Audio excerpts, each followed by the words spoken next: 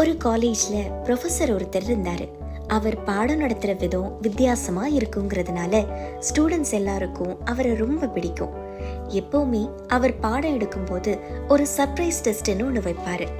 அதனால எல்லா ஸ்டூடெண்ட்ஸும் அவர் கிளாஸை மிஸ் பண்ணாம அட்டென்ட் பண்ணுவாங்க. ஒரு நாள் இதே மாதிரி கிளாஸ் எடுக்க வந்த ப்ரொஃபசர் ஸ்டூடெண்ட்ஸ் கிட்ட இன்னைக்கு ஒரு சர்ப்ரைஸ் டெஸ்ட் வைக்க போறேன்னு சொல்றாரு.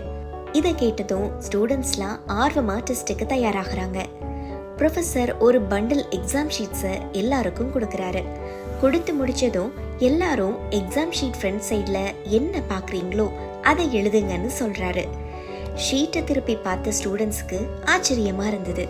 ஏன்னா அதுல கொஸ்டின்ஸ் எதுவும் இல்லாம ஒரு பிளாக் டாட் மட்டும் இருந்தது.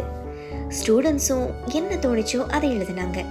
டெஸ்ட் முடிஞ்சதும் ப்ரொஃபசர் ஒவ்வொரு ஆன்சர் ஷீட்டையும் சத்தமா படிக்கிறாரு. எல்லாரும் அந்த பிளாக் டாட்டோட பொசிஷன், ஷேப், கலர்னு எழுதியிருந்தாங்க. ப்ரொஃபசர் ஸ்டூடெண்ட்ஸ் கிட்ட எல்லாரும் அந்த சின்ன டாட் பத்தி என்னென்ன எழுத முடியுமோ எழுதுனீங்க, ஆனா யாரும் அந்த டாட்டை சுத்தி இருக்கிற பெரிய ஒயிட் ஸ்பேஸை பத்தி எழுதல.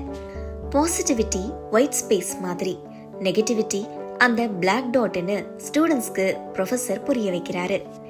இந்த தப்பை தான் நாம வாழ்க்கையிலையும் பண்ணிட்டு இருக்கோம். நாம எப்பவுமே ஒருத்தங்க கிட்ட இருக்கிற குறையோ சின்ன தப்போ பாக்குறதுனால அவங்க கிட்ட இருக்கிற நல்ல விஷயம் கண்ணுக்கு தெரியறதில்ல. அதனால எதையும் ஈஸியா ஜட்ஜ் பண்ணாதீங்க.